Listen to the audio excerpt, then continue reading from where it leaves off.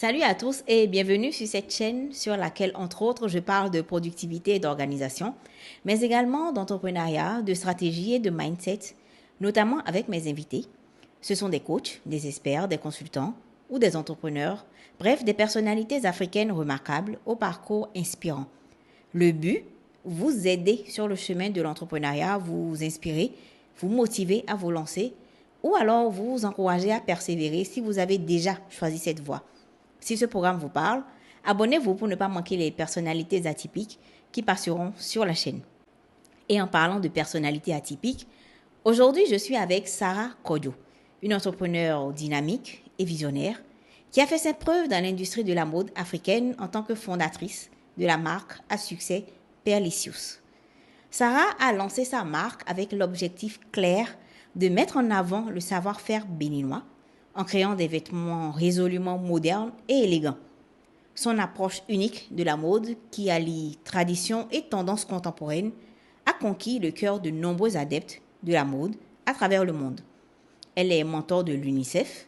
Elle s'investit énormément dans l'humanitaire, particulièrement dans la formation et l'éducation des jeunes filles, ainsi que l'accompagnement de la lutte contre le trafic humain en Afrique. Sarah nous partage ici son parcours, ses challenges, sa vision et nous donne ses précieux conseils pour réussir en tant que designer indépendant. Bonjour Sarah, merci d'avoir accepté cette invitation sur mon podcast. Bonjour Olivia, merci de m'avoir invitée. Comment est-ce que tu es tombée dans la mode? Est-ce que ça a toujours été une passion pour toi? Oui, la mode a toujours été une passion, mais pas que la mode en fait. Je suis issue d'une famille de parents enseignants qui ont toujours gardé une place pour le développement des talents. C'est-à-dire que tout en allant à l'école, nous, les vacances, c'était cours de vacances et cours de dessin. Cours de vacances, cours d'informatique. Cours de vacances, cours d'anglais. Donc, très tôt, mon frère et moi, j'ai un frère, mon frère et moi, nous avons développé beaucoup de passion.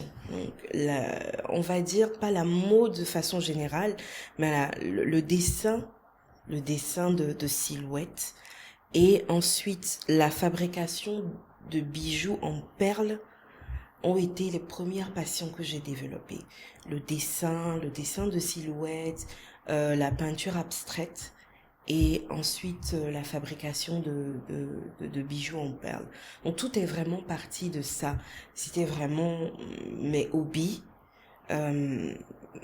Les personnes qui ont étudié avec moi peuvent témoigner, ça a toujours été ça, en dehors des études. Il y Sarah, avait elle toujours ça à côté, dessine, c'est ça? Sarah, elle fait de l'art, Sarah, elle fait des petits bijoux, donc c'est un peu ça. Donc ça a toujours été une sorte de fil conducteur de... Qu'est-ce qui t'a inspiré à créer la marque Perlicious? Alors, tout est parti en fait de ma décision de quitter un peu le monde corporate. J'ai fait des études en finance et je me suis spécialisée en audit, mais aussi en protocole bancaire anti-blanchiment. J'ai toujours aimé les chiffres, ça n'a pas changé d'ailleurs. J'ai toujours aimé apprendre et j'ai eu la chance de travailler dans plusieurs entreprises en Afrique, pas qu'au Bénin, en Afrique. Et à un moment, la vie, les événements de la vie se sont présentés de façon à ce que j'avais en fait en face de moi deux choix. Soit je continuais dans le monde corporate et j'aurais toujours cette impression de manquer quelque chose, de ne pas développer tout mon être en fait. Soit je prenais la direction de l'entrepreneuriat où cet univers bien qu'inconnu, bien qu'effrayant, m'offrait en fait plus de liberté pour m'exprimer. C'est-à-dire, qui dit entrepreneuriat dit pensée chiffres, c'est-à-dire élaboration de ton business plan, gestion des chiffres. Donc, ça fait appel à ce que j'ai appris. Qui dit entrepreneuriat dans ce que j'avais choisi dès le début, la mode, dit aussi développer le côté dessin de mode, fabrication de bijoux, ensuite fabrication d'accessoires, ensuite vêtements au fil des années, ainsi de suite. Donc pour moi, c'était vraiment l'option qui me permettait d'être totalement moi et de ne pas juste être une partie de moi. Donc voilà. Donc le côté artistique a un peu pris le pas sur... Ça n'a pas pris le pas du tout, c'est parfaitement équilibré puisque aujourd'hui j'ai des entreprises et il faut les gérer. Et le fait que j'ai fait des études pas dans le domaine, mais que j'ai fait des études dans différents aspects de l'entreprise font que ma gestion est différente de, par exemple, un classique styliste qui a fait une école de mode et qui va faire appel après à des gestionnaires, qui va faire appel après à différents corps de métier, alors que moi j'ai appris ça et j'ai pratiqué ça. Pour ça je dis que il y a pas un pas qui a pris sur l'autre. C'est vraiment pour moi l'équilibre en fait. Voilà. Est-ce que tu peux nous parler de ton métier en tant que styliste? Qu'est-ce que tu fais au quotidien concrètement? À Perlichus, j'ai 3 tâches essentielles. La première, c'est l'élaboration des collections. Perlichus, ça a été au début les bijoux. Donc, j'ai pris des années pour développer ça, les bijoux, et pour former des gens. Quel genre de bijoux? Des colliers, des boucles d'oreilles, des bracelets, essentiellement ça. Donc ça m'a pris des années pour développer les techniques de fabrication, mais aussi me former dans les pierres semi-précieuses. Parce que il faut toujours apporter une valeur ajoutée au marché. Et c'est vraiment ça mon truc.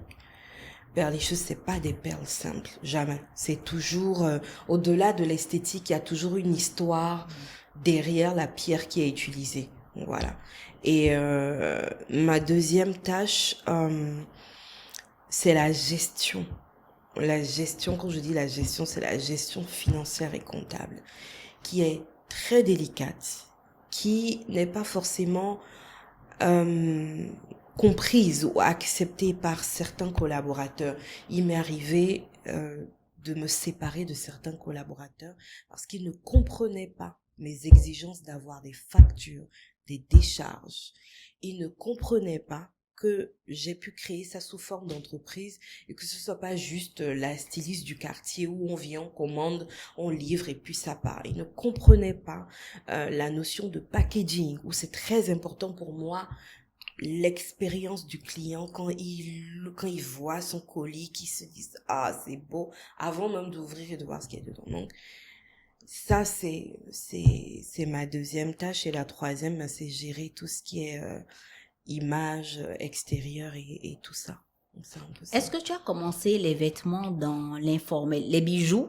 Je pense avoir compris que oui, mais les vêtements même. Non. Est-ce que tu étais déjà constitué en société? Absolument, oui, absolument.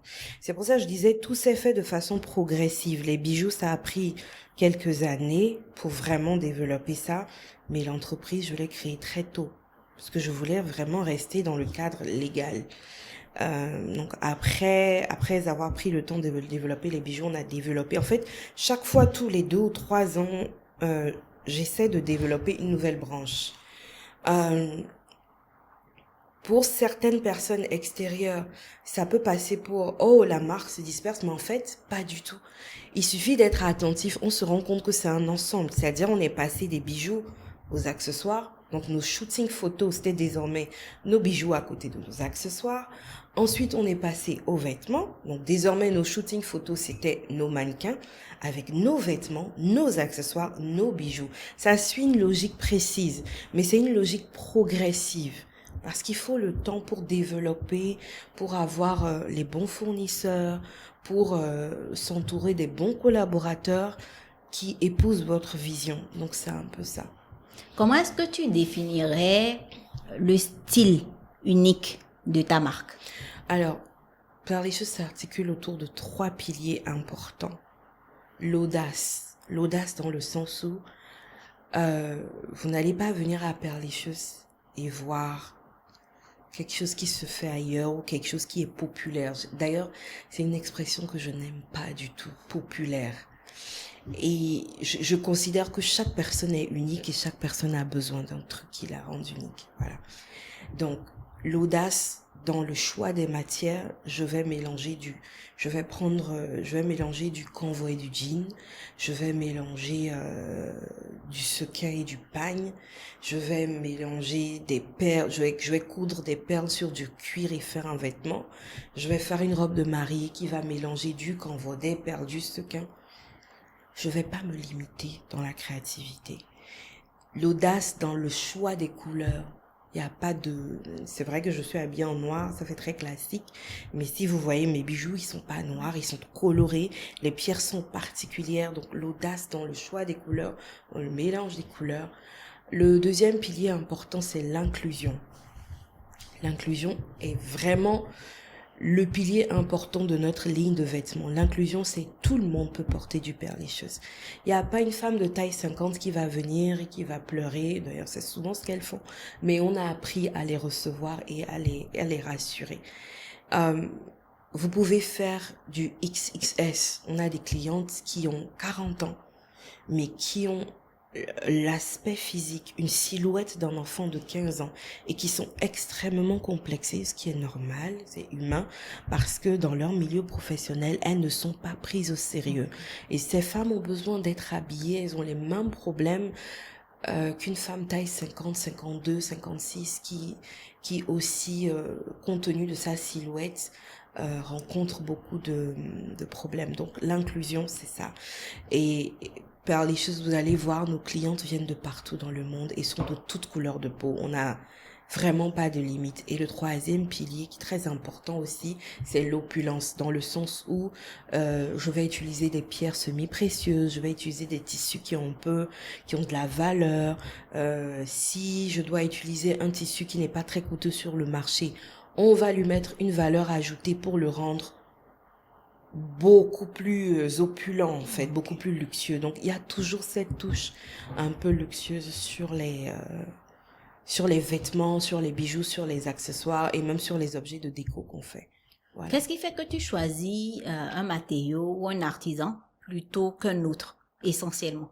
Est-ce que c'est ta personnalité qui joue beaucoup? Tu parlais tout à l'heure des couleurs Oui. très très vives, Oui. des statement bijoux, Oui, tu vois, exactement. c'est comme on dit. Exact. Est-ce que c'est beaucoup de ta personnalité qui rentre dans ce choix? Alors c'est très particulier. J'ai une personnalité très complexe. Je suis en noir, qui est une couleur très classique.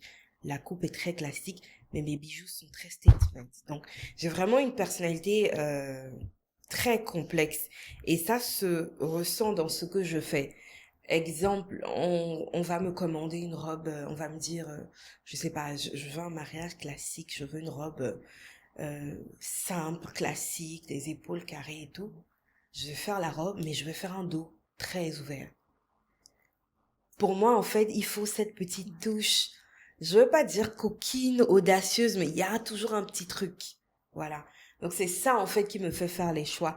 Je vais voir une pierre, je vais la trouver très belle, très colorée, mais la façon dont le bijou dans lequel je vais sertir cette pierre sera très classique. Je recherche toujours en fait l'équilibre entre le classique et l'extravagant. C'est un peu ça. Pourquoi est-ce que tu as voulu créer ta marque? Enfin, je veux dire, le dessin à la base, oui, le stylisme, mais tu aurais pu peut-être travailler pour de grands noms, par exemple. Pourquoi est-ce que tu as voulu créer ta marque? Ma personnalité ne me permet pas de travailler pour d'autres personnes. Ah, carrément. Non, tout simplement parce que je suis créative. Et les créatifs, quand ils doivent travailler pour d'autres personnes, ils sont limités à la vision de cette personne. C'est aussi simple que ça. C'est même pas une question de caractère, c'est vraiment le côté créatif. On se sent tout de suite bloqué, encadré, on n'arrive pas à s'exprimer.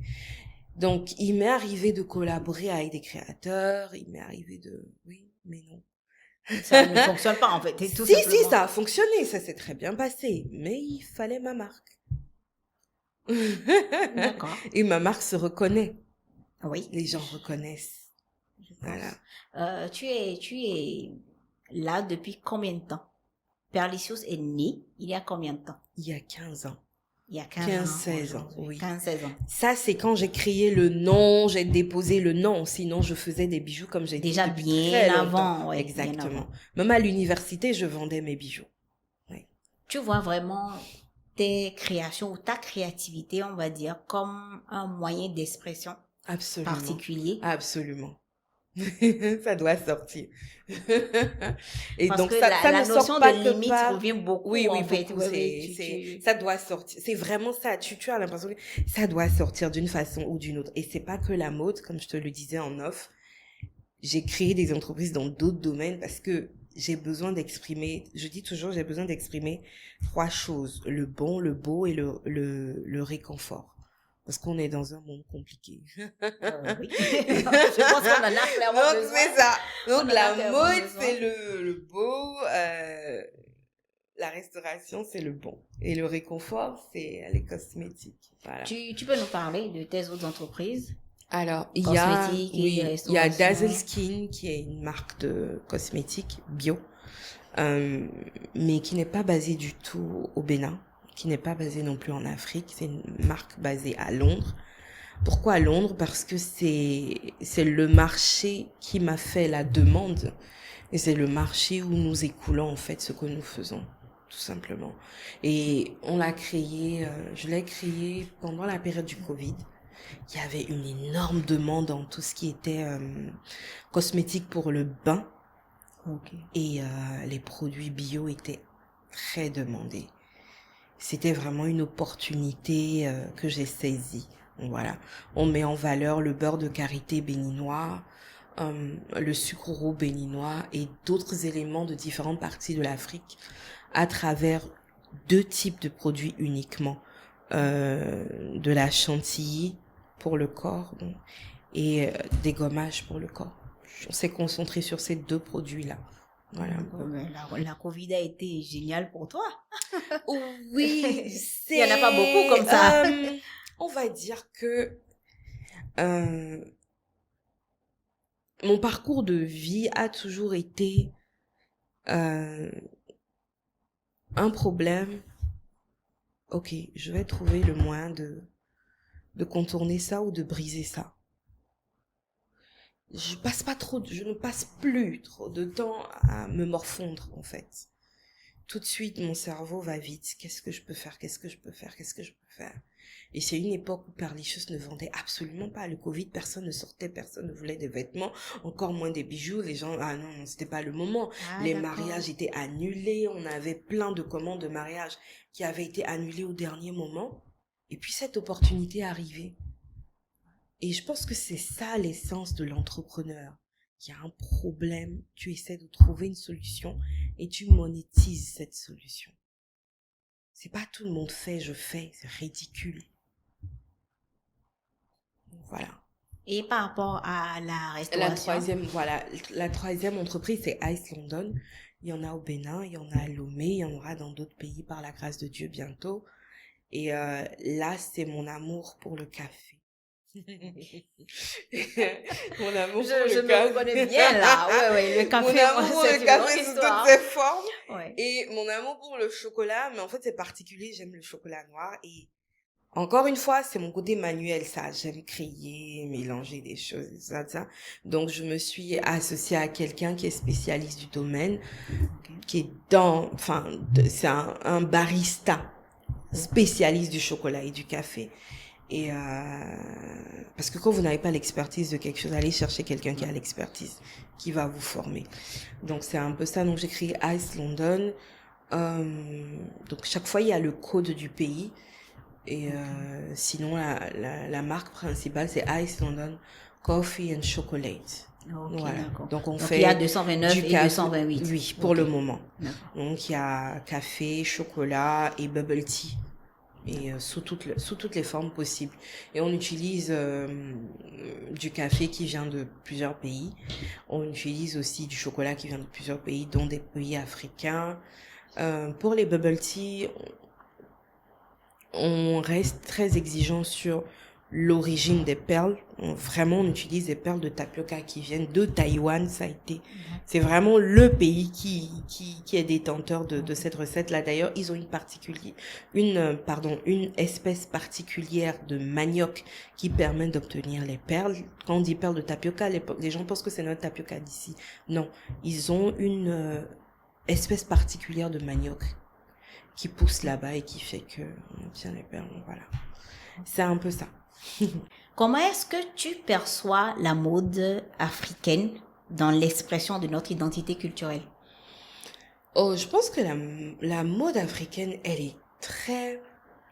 est à la fois expressive de l'identité culturelle africaine, mais elle est aussi tournée vers le monde. Et moi, je collabore beaucoup avec le Nigeria. C'est le Nigeria qui a lancé vraiment la ligne de vêtements de Perlicious. Et je suis toujours... C'est un milieu dans lequel je me sens très très bien, le milieu anglophone.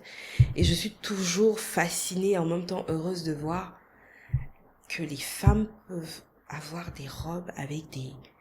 On fait des robes avec des tissus qui coûtent des millions, qui viennent de partout dans le monde, des tissus qui vont venir des Émirats, des tissus qui vont venir de l'Europe de l'Est, des tissus qui vont venir du Brésil. Mais la Nigériane, elle va mettre son guélé. C'est-à-dire, elle va porter son pagne tissé, son achoké sur la tête.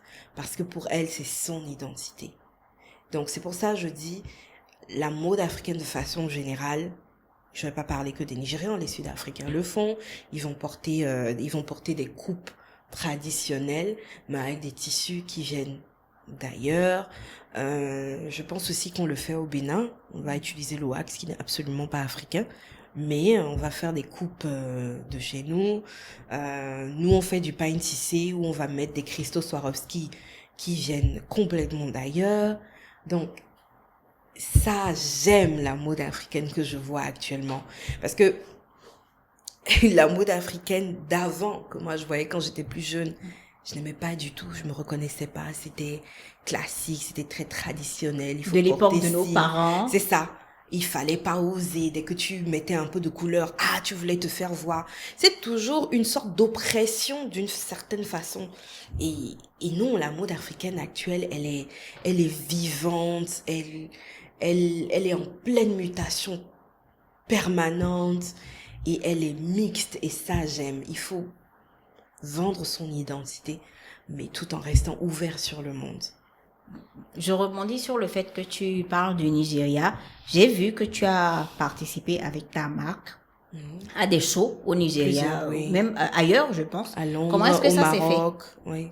Comment est-ce que ça s'est fait? Par les réseaux sociaux, tout simplement. Ok. Quand je dis ça, ça a l'air facile, mais oui. Oui, ça a l'air étrangement facile. Non, j'ai toujours été contactée par les shows, ça a toujours été contacté par les promoteurs de shows. Par les shows, ça a défilé 2 fois au Maroc, au Casa Fashion Show. Une fois à Londres, à la UK Plus Fashion Week. Et je peux pas compter le nombre de fois au Nigeria. Et c'est toujours contact par les réseaux sociaux. On discute, je vois un peu la température de l'événement. Est-ce que ce qu'on me propose correspond aux valeurs que je défends, aux valeurs de la marque? Et est-ce qu'en termes de logistique, c'est gérable? D'accord. Et voilà. Pour les vêtements, ça a commencé par le Nigeria. Ok. Et ensuite, Londres et le Maroc. Pour les bijoux, par contre, j'avais fait plusieurs ventes privées au Bénin. Ensuite, à Dakar, où j'ai étudié, au Sénégal.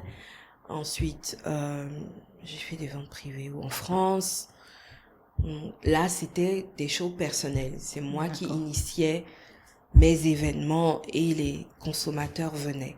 Mais pour les vêtements, pour les défilés de mode, ce sont les promoteurs qui viennent vers nous.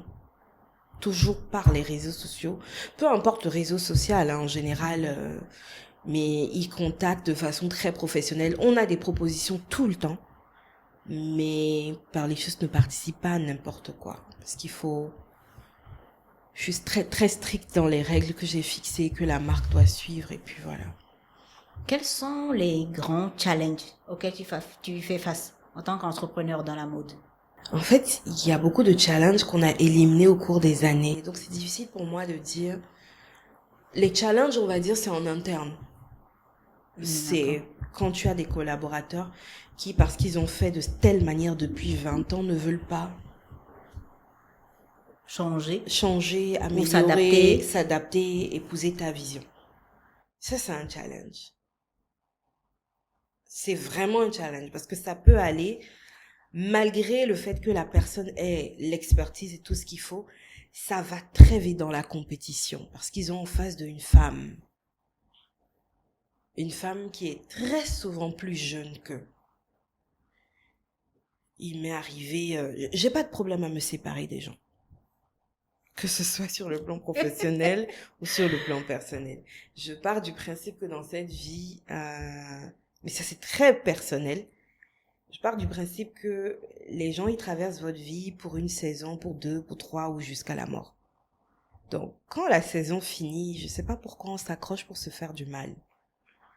et sur le plan professionnel, ça peut aller très loin dans des délires. Tu te dis, mais en fait, on n'est pas condamnés à être ensemble. Hein. Si ça ne va pas, ça ne va pas, quoi. Moi, j'ai des clients à satisfaire. Donc, c'est un peu ça. Souvent, les challenges, c'est ça. Actuellement, les challenges, c'est...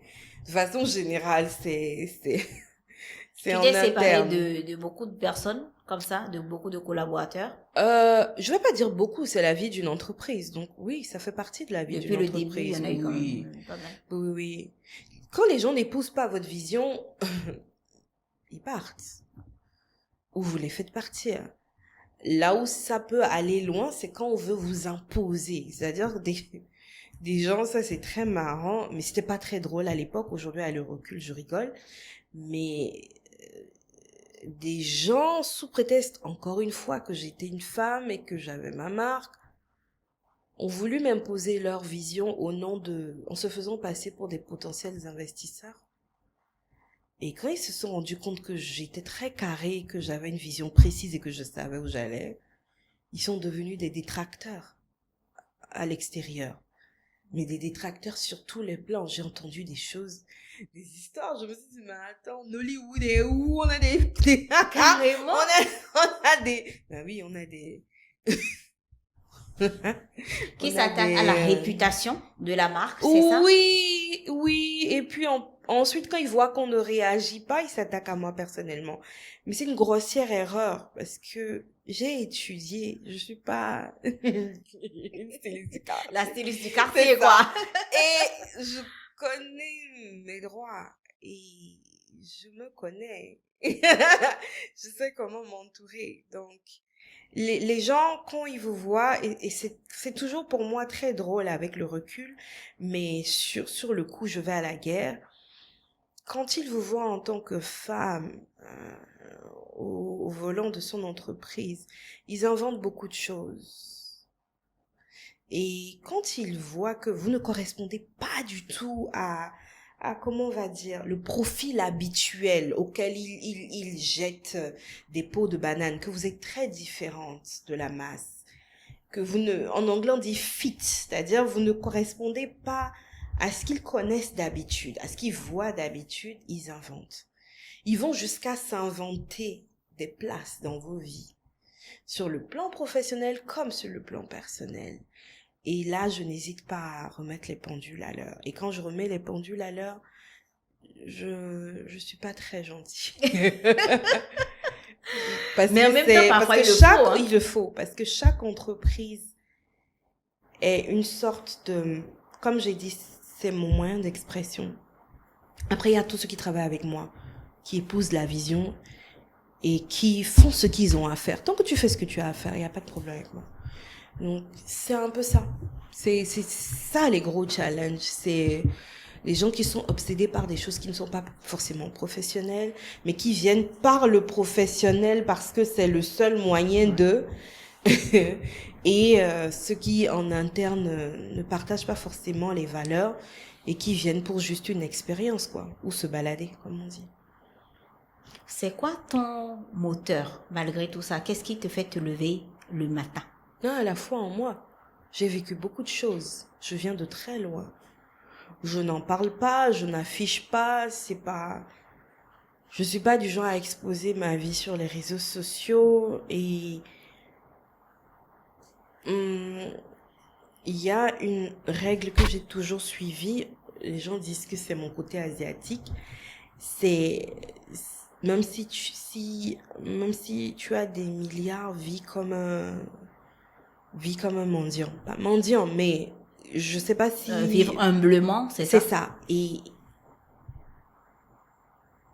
c'est mon moteur.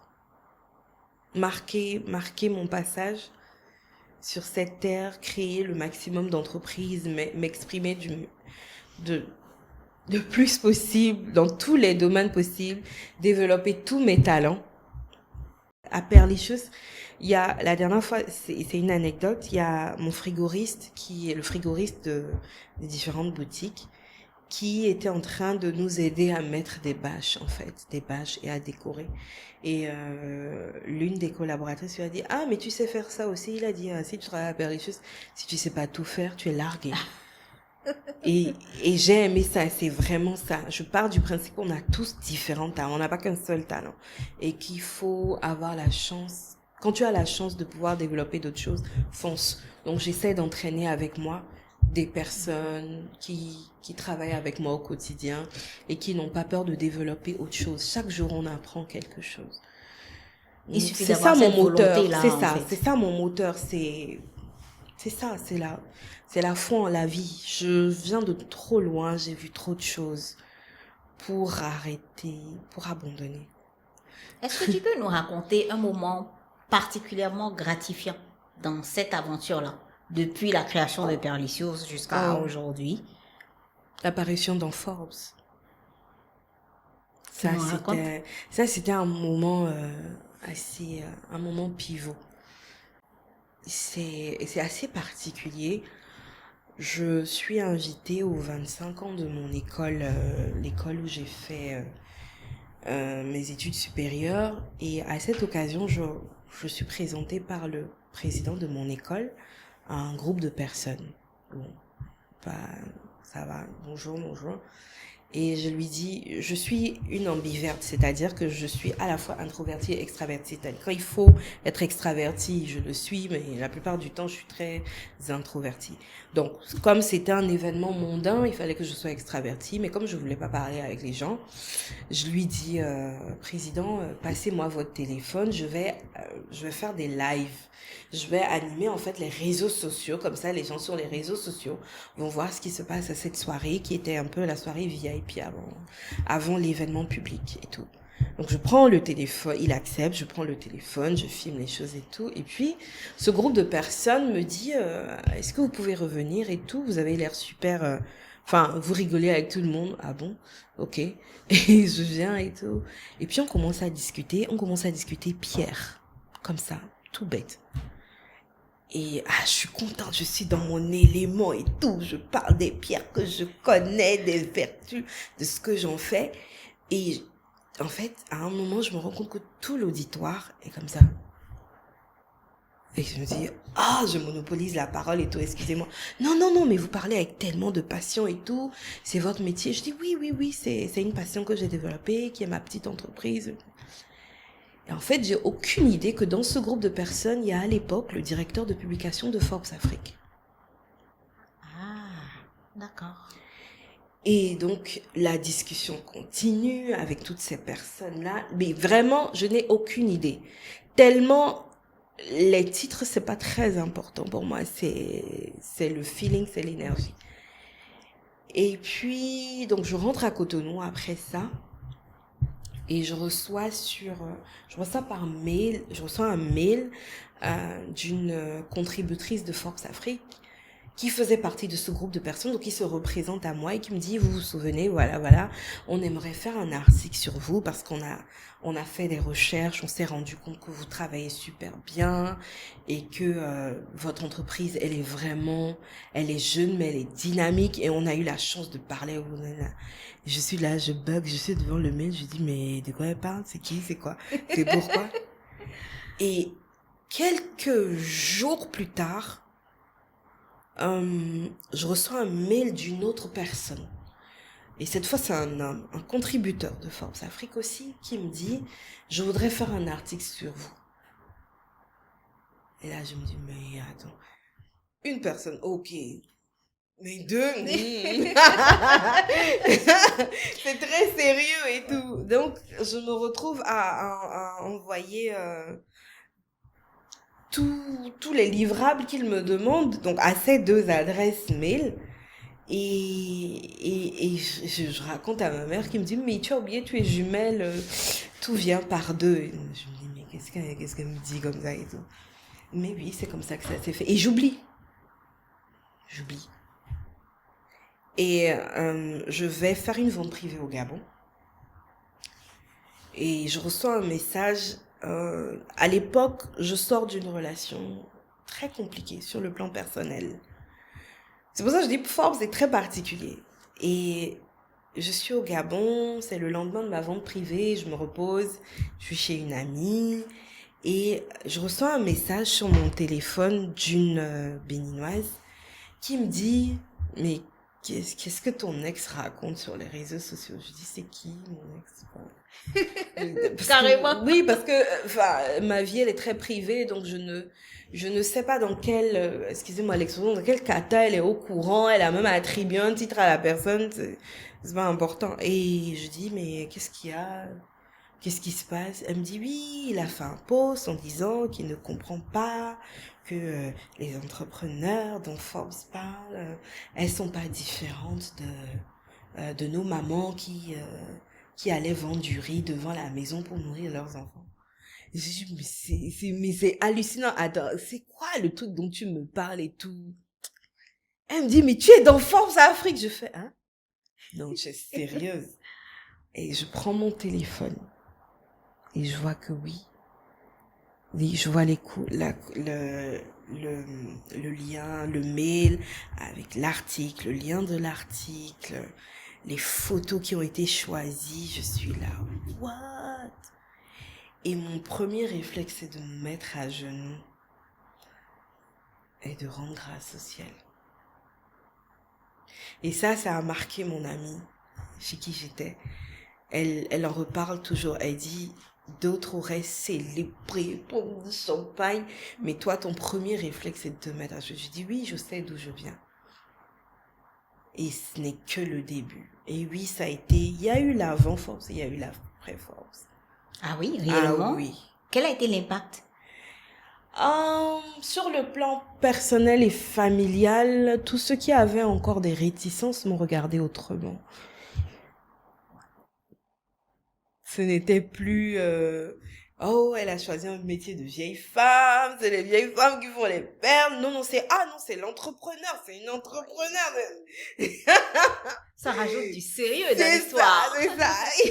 Et puis on s'imagine tout de suite aussi que tu es milliardaire parce que Forbes, c'est le classement des milliardaires africains. On s'imagine, tu vas acheter un jet privé demain, c'est comment, pourquoi? C'est drôle avec le recul. Mais c'est intéressant. Donc, c'était vraiment un moment pivot. Ouais. Premier défilé international, aussi moment pivot. C'était où? Alors, le premier défilé international, c'était au Nigeria. Où on a fait défiler des femmes de la taille 40 à la taille 54. Faire des grandes tailles, c'est particulièrement important pour toi? Oui. Je ne suis pas une taille zéro. C'est comment? C'est la question qui venait. Non, mais au-delà de ça, je veux dire, la femme africaine, elle est comment? Même quand on prend les statistiques en Europe, je suis désolée, la femme française moyenne, elle porte du 40-42. Et quand on voit l'évolution que les scientifiques prévoient, on va loin. Et puis je dis toujours, hein, mon entreprise ne peut pas se permettre de n'habiller qu'une seule taille. Nous cherchons l'argent. Ah oui, quand même. Ah oui. C'est ça. Oui, c'est le nerf de la guerre. C'est ça. Donc pourquoi se limiter, quoi? Bah, c'est limité. Comment ça s'est passé ce show-là au Nigeria? Oh, très bien. Je suis toujours la seule francophone d'ailleurs. Et c'était drôle. Très stressant. Parce que c'était le premier, c'est ça? C'était le premier, c'est un milieu qui parle une autre langue, c'est un milieu où tout va très vite, donc il faut être au taquet en fait. Parce qu'on n'a pas le temps de te faire babysitting à toi, non, non, non, non, non, non, ça va très vite. Mais les filles étaient géniales, vraiment. Et jusqu'à aujourd'hui, les mannequins défilent toujours pour nous, pour cet événement-là. Donc c'est une sorte de famille qui s'est créée, quoi. Même sur le plan de la sécurité, je me rappelle les agents de sécurité qu'on avait pour nos loges, ça c'est un truc très particulier là-bas. Je pense partout de façon générale, il y a toujours des agents de sécurité, mais le Nigeria, compte tenu du niveau d'insécurité en termes de sécurité pour les événements, les gens ils investissent beaucoup. Aujourd'hui, c'est pas que 2-3 personnes, c'est devenu une grande compagnie qui participe à plusieurs événements. Donc, on a vu tout le monde, en fait, évoluer depuis ce temps-là. D'ailleurs, mes gardes du corps proviennent de cette compagnie-là. Et on a tous évolué ensemble. Donc, on est devenu une sorte de famille, c'est ça. Dans les différents corps de métier qui entourent un événement de mode, c'est-à-dire la régie. Au début, c'était 2 ou 3 personnes. Aujourd'hui, c'est une entité à part, une entreprise qui fait la régie, une entreprise complètement indépendante qui fait l'organisation de l'événement, une autre entreprise qui s'occupe de la sécurité des filles, des stylistes et de votre sécurité personnelle si vous avez besoin. Donc, c'est vraiment ça. Et après, il y a eu le Maroc. Très intéressant aussi, où là c'est des silhouettes normes internationales, donc du S, du XS, c'était une autre aventure. Ouais. C'est à ce moment-là que vous vous êtes ouvert aux petites tailles ou c'était un parti pris déjà dès le départ? Non, c'est comme je dis, la marque elle est inclusive, donc elle n'est pas bloquée sur une taille. C'est juste que le premier événement de mode qui est venu vers nous est celui des grandes tailles. En fait, c'est ça. Mais on est inclusif. Dès le départ. Dès le départ. On n'est pas une marque, Perlicious n'est pas une marque de grande taille. Je dis toujours aux gens, Perlicious n'est pas une marque de grande taille, Perlicious n'est pas une marque de petite taille. Perlicious est une marque inclusive, c'est-à-dire que nous habillons du 36 au 50 et plus. C'est ça. D'accord. Aujourd'hui, ta marque est présente et connue dans plusieurs pays. Mm-hmm. Quelles sont les perspectives? Est-ce qu'il y a des projets ou des collaborations à venir? Je ne sais pas si tu peux en parler. Oui, ça ne dérange pas. C'est l'ouverture de nouvelles branches parce que Perlicious n'est pas que la mode. Désormais, il y a des branches qui vont être des branches purement artistiques qui vont être dévoilées bientôt. Où c'est toujours la touche Perlicious, mais dans le domaine de l'art. Et ça revient sur, en fait, mes premiers acquis lors de mes cours de dessin. Donc, voilà. Okay. Ouais. Donc, il y a la branche art qui va être... comme je dis, on prend toujours le temps de développer en coulisses une nouvelle branche avant de l'exposer maintenant au public. Donc, il y a une nouvelle branche qui va être mise en public, ça publiée se bientôt. De quoi? Essentiellement de l'art. Là, ce sera l'art. Uniquement. L'art pur. Oui. Mais c'est toujours Perlicious, en fait. C'est toujours une branche de Perlicious. Parce que vous allez retrouver des pierres, vous allez retrouver des paillettes, vous allez retrouver des tissus africains. Mais sous une expression purement artistique et non vêtements et bijoux, en fait. Et non mode. Okay. Voilà. D'accord. Quelle leçon est-ce que tu retiens de ton aventure entrepreneuriale depuis le début de Perlicious jusqu'à aujourd'hui? Que l'entrepreneuriat vous apprend sur vous-même et sur les autres. C'est la plus grande leçon. Vous vous découvrez en fait. Pour peu que vous preniez du recul à chaque fois, vous vous découvrez et vous découvrez encore plus l'humain. C'est à un tel point que je prends des cours de psychologie maintenant. Je suis fascinée. Je suis fascinée par l'humain. Donc voilà un peu. Mais en même temps, c'est à la base de tout. Il faut déjà pouvoir comprendre le consommateur final pour le servir au mieux. Donc, en réalité, en tant qu'entrepreneur, il y a toujours une petite, voire moyenne part de psychologie. Absolument. Pour pouvoir répondre aux besoins. Oui, exactement. Quel conseil est-ce que tu pourrais donner aux futurs entrepreneurs qui voudraient se lancer dans la mode, dans cette industrie? Faites une étude de marché. Ok. Beaucoup mentent sur les réseaux sociaux. Moi, je suis très franche. Beaucoup font croire que c'est la mode, mais c'est autre chose. C'est d'autres choses. C'est d'autres choses qui sont leur gagne-pain. Très peu, D'accord. très peu, très peu. Et ce n'est pas pour me vanter ou descendre qui que ce soit. Très peu vivent de la mode comme Perlicious. Perlicious vit de la mode. Je veux dire, c'est une entreprise autonome. Ok. D'accord? Mode et art bientôt. Mais je veux dire, c'est peut-être dû à mes études, au type d'études que j'ai faites, qui font que j'observe autrement les choses, au-delà du brouhaha sur les réseaux sociaux, au-delà du cinéma de chacun, parce que je considère que la vie est une pièce de théâtre, chacun joue sa partition. Ma façon d'analyser les choses va être celle de quelqu'un qui fait de l'intelligence financière, parce que c'est ma formation de base. Et beaucoup, malheureusement, se lancent dans la mode en voyant d'autres afficher un train de vie. Non, essayez d'aller voir au-delà. D'aller voir au-delà ne c'est pas supposer forcément des choses négatives. C'est recentre-toi sur toi. Pourquoi tu veux faire la mode? Et la mode, c'est vaste. Il y a des centaines de métiers dans la mode. Il n'y a pas que le stylisme, il y a le modélisme, il y a la couture, il y a ce qu'on appelle les petites mains. C'est ce que moi je fais. Par exemple, quand une robe de mariée vient d'être montée, je suis celle qui va diriger le perlage, c'est-à-dire la couture de perles sur toute la robe. Ça, c'est un métier complètement à part. On appelle ça littéralement les petites mains. Il y a le métier de maquilleur qui rentre aussi dans la mode. Il y a le métier de photographe spécifique de mode. Il y a beaucoup de métiers dans la mode. Pourquoi tu veux faire la mode? Pourquoi cet univers t'intéresse? Et ensuite, que veux-tu y faire? Et enfin, quelle est ta valeur ajoutée? Parce que c'est ta valeur ajoutée qui va faire que ton marché va consommer. Le marché à la base que tu as cerné. Mais beaucoup se lancent dans la mode pour des raisons pas forcément pérennes.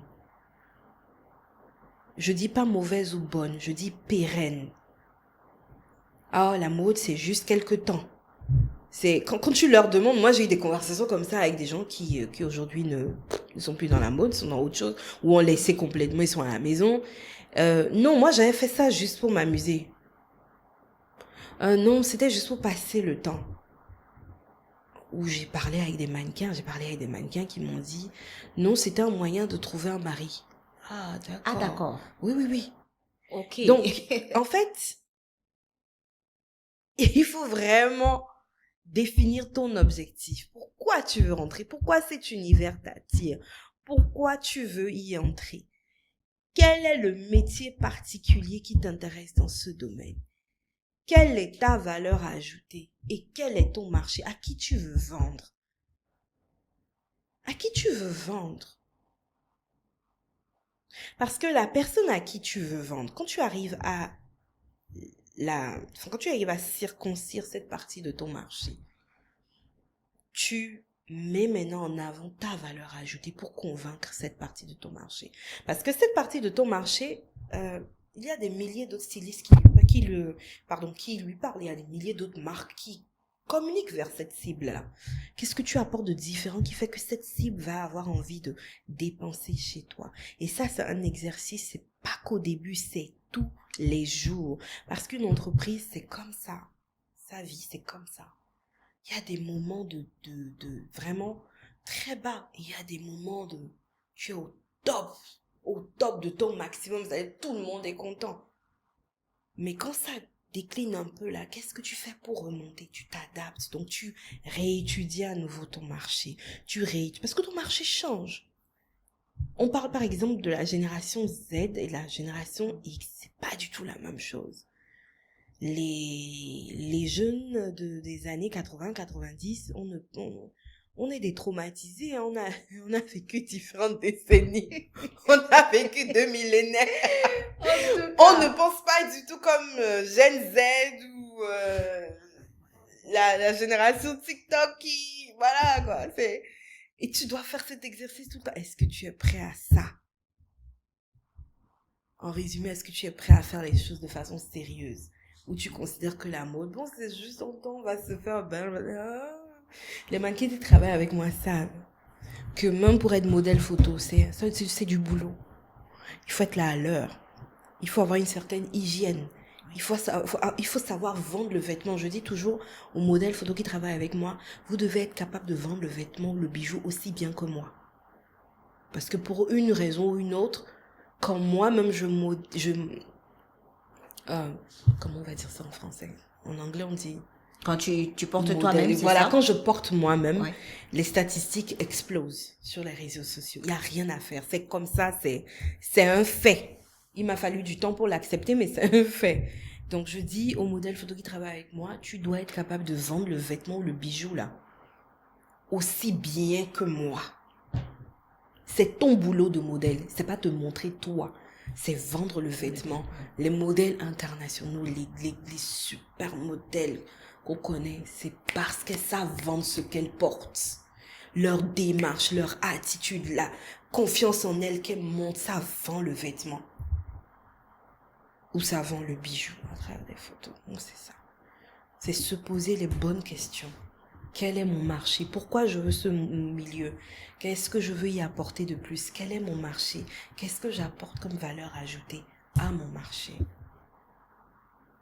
D'accord. C'est des questions pour quelqu'un qui veut rentrer dans le domaine et y rester de façon pérenne. C'est clair. Si ton intention, c'est pas ça, de faire un court temps, de te faire ton blé, comme on dit en griffe, il y a des stratégies aussi pour ça. D'accord, mais il faut qu'on puisse savoir mesurer savoir ce qu'on veut. tout le travail derrière, en fait. Oui. Il faut vraiment le mesurer avant Oui. de se jeter dans le grand Tout bain. à fait. Pour toi, qu'est-ce qu'il serait possible de faire pour propulser encore plus ce secteur sous nos cieux spécifiquement? Parce que ça pourrait être un véritable levier économique, comme au Nigeria, par exemple, que tu as Ou au cité. Sénégal. Vraiment, Au Sénégal, là-bas, un c'est levier autre chose. économique, c'est la pêche. Qu'est-ce qu'au Bénin, on pourrait faire pour se rapprocher? Je pense que beaucoup de choses sont déjà en train d'être faites. Des événements de mode sponsorisés par l'État, je pense. Le textile, la filière textile, où il y a beaucoup de communication autour et qui est vraiment en train d'être développée. Je pense qu'il y a beaucoup d'actions qui sont en cours. Ça va évoluer dans le bon sens, j'en suis certaine. Il ne faut pas plus? Tu penses qu'il ne faut pas plus? Pour le moment, je pense que... Ou en tout cas, d'autres pistes, je veux dire. D'autres pistes, je n'en vois pas tout de suite. Je trouve que ce qui est fait actuellement doit être développé parce qu'il ne faut pas emprunter différentes pistes à la fois. Je suis très pour la progression, donc le développement de ce qu'on a déjà entamé. Donc le développement de la filière textile est en train d'être vraiment mis sur pied, poussé, encadré. Je trouve qu'il faut développer cet enfant-là, aller cet dans enfant ce sens grandir et puis accompagner. La vie est vraiment un apprentissage. Au fur et à mesure, s'adapter, développer d'autres choses. Voilà. Okay. On est presque à la fin de l'interview. Quel serait ton mot de fin? Oh, un remerciement. J'ai jamais fait de podcast. Ah bon? Non. C'est le premier. Oui, c'est le premier. c'est une première expérience de podcast et c'est intéressant parce que je suis très à l'aise. L'exercice presse de façon générale, oui, je connais, mais l'exercice podcast, non. C'est une première et c'était intéressant. Donc, merci de m'avoir invité.